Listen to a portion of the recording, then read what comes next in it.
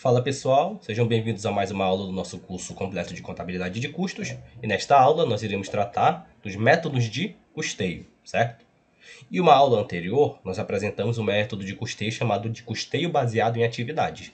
Por uma questão didática, nós elegemos o custeio baseado em atividades para ser tratado de maneira separada, uma vez que o custeio baseado em atividades foca nos custos indiretos.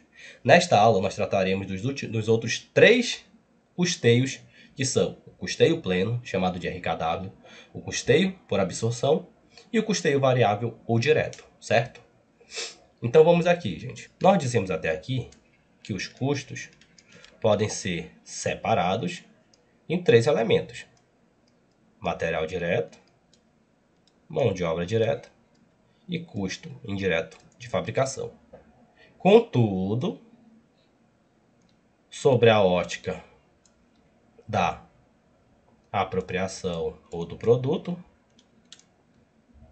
eles podem ser separados em direto e indireto. E sob a ótica do volume de produção, em variáveis e fixos. O que é o custeio? O custeio nada mais é do que um sinônimo de apropriação ou distribuição de custos aos produtos, certo? É isso que nós vimos no custeio baseado em atividades e é isso que nós veremos nos seguintes. Então, por que eu estou falando de custos? É apenas para diferenciar custeio de custos. Custo é aquilo que está relacionado à produção, enquanto que custeio é um método de apropriação dos custos. E aqui nós temos três custeios. Quais são? Custeio por absorção,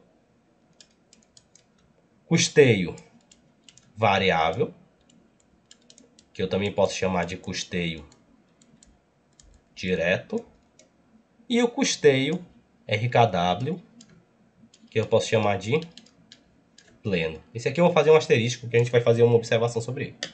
O que é o custeio por absorção? O custeio por absorção é aquele que leva em consideração todos os elementos de custos, certo? Para poder apropriar o produto. Confuso? É só lembrar que nós temos três tipos de custos: material direto, mão de obra direta e custo indireto de fabricação. Ou sobre a ótica do volume de produção, nós temos dois: fixos e variáveis. O que o custeio por absorção faz? Ele considera todos os elementos de custos como custos, certo? Como assim? Simples. Ele pega os três elementos, ou pega os dois elementos, que é o fixo e o variável, e ele considera isso como custo. Uma observação: o custeio por absorção é aquele que é aceito tanto do ponto de vista tributário quanto do ponto de vista societário. Ou seja, ele é permitido pela legislação brasileira e ele é realizado nas empresas, correto? E o custeio variável, gente? O custeio variável é um método de custeio para fins gerenciais. Vou colocar bem aqui, ó. Fins gerenciais.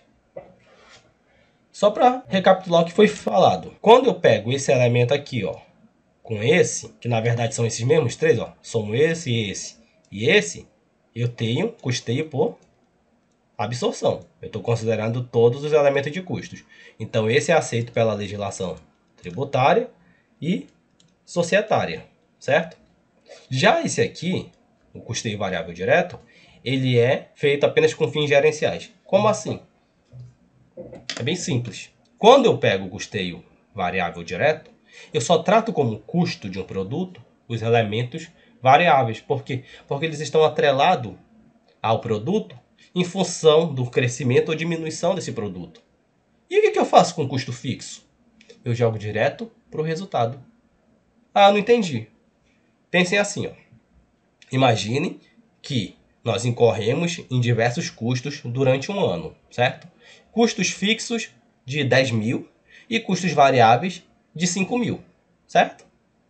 O que acontece? Se eu fosse tratar sob a ótica do custeio por absorção, esses 10 e 5 mil, ou seja, 15 mil, seriam tratados como custos. Beleza, tranquilamente, é o que nós já aprendemos até agora, né? Por absorção, nós jogamos os três elementos, que eu posso tratar como dois.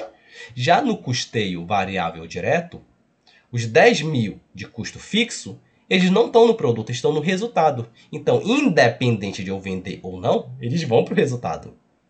O que isso significa? O que vai acontecer se eu fizer isso normalmente nas demonstrações contábeis? Isso vai distorcer a minha demonstração do resultado do exercício, porque eu não vendi nada, mas tive um custo de 15 mil reduzindo o meu lucro líquido, correto? Isso vai ser permitido pela legislação societária? Não, porque nós temos um princípio contábil chamado de princípio da competência, certo? E no princípio da competência reza o quê? Que nós devemos reconhecer as despesas quando elas ocorrerem, certo? Ou seja, quando do seu respectivo fato gerador. O custo não se torna despesa depois, quando ele é mandado para o resultado, mas já aconteceu, de fato, o fato gerador. Qual é o fato gerador do custo para ser tornado despesa? A venda. Eu não vendi nada, mas eu mandei os 15 mil para lá para o resultado. Isso vai ser aceito pela legislação societária? Do ponto de vista contábil, do ponto de vista da competência? Não. Ou seja, isso é apenas feito com fins gerenciais. Esse é o primeiro ponto. E qual é o segundo ponto? Legislação tributária. Nós temos aqui a nossa Receita Federal, nosso querido leão, certo? E o leão faz o quê? Ele tributa o lucro. Ele não tributa o faturamento, gente, tá? Ele tributa o lucro. Que lucro é esse? O lucro líquido. Agora imagine o seguinte. Eu jogo 10 mil reais de custo fixo, sem ter jogado o custo que virou despesa, porque eu não vendi nada. O que vai acontecer com o meu lucro líquido? Se eu jogo despesa, ele vai despencar. Quando ele despenca, o que vai acontecer com a minha base de cálculo para o lucro líquido? Também vai diminuir. O leão vai aceitar isso? Negativo, né? Então, o que acontece?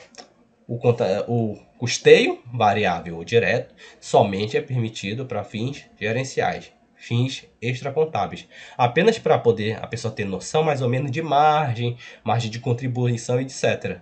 Então, eu não posso fazer isso contabilmente, certo? Mas para fins gerenciais ou extracontábeis, é possível sim, certo? Para fins de tomada de decisão. E por que não é aceito? Primeiro, porque ele fere o princípio da competência, certo? E segundo, porque o leão não vai aceitar, porque vai distorcer o lucro líquido, correto? Vamos aqui para o último. Por que eu fiz um grifo aqui, ó, no custeio pleno?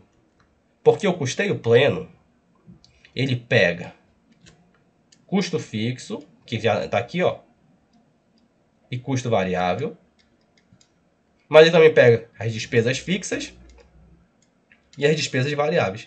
Ele pega tudo que foi do período e joga lá no produto. Por isso que ele é chamado de custeio pleno. Por quê? Porque ele joga tudo no produto. Eu nem preciso dizer que esse método de custeio é totalmente proibido no Brasil. Por quê? O variável que diminuía o custo e jogava para o resultado não podia. E esse aí é pior ainda. Por quê? Porque esse ele joga no produto. Então eu nunca vou ter reconhecimento de despesa antes que seja vendido. Outra coisa. Se eu jogo as despesas que não estão atreladas à produção ao produto, o que vai acontecer com esse custo do produto? Ele vai subir. Se ele vai subir, naturalmente a empresa vai ter que vender por um preço superior, que vai ser um preço superior ao preço de mercado. Essa empresa vai se tornar competitiva? Não. Então, o custeio pleno, ele é um método de custeio que considera tudo, uma salada só, como custo. Seja despesa fixa, seja despesa variável, seja custo fixo, seja custo variável. Ele soma tudo num bolão e joga lá. Ele não é permitido no Brasil. Nós estamos apenas apresentando ele porque ele já foi objeto de questões. Mas lembrem disso, custeio pleno não é permitido no Brasil. Com isso nós concluímos a nossa aula, certo? Eu espero que vocês tenham gostado. Na próxima aula nós iremos dar prosseguimento resolvendo questões desse tipo, certo? Para isso nós teremos que fazer aqui uma pequena explanação de DRE, mas é uma DRE mais tranquila, ok? Muito obrigado.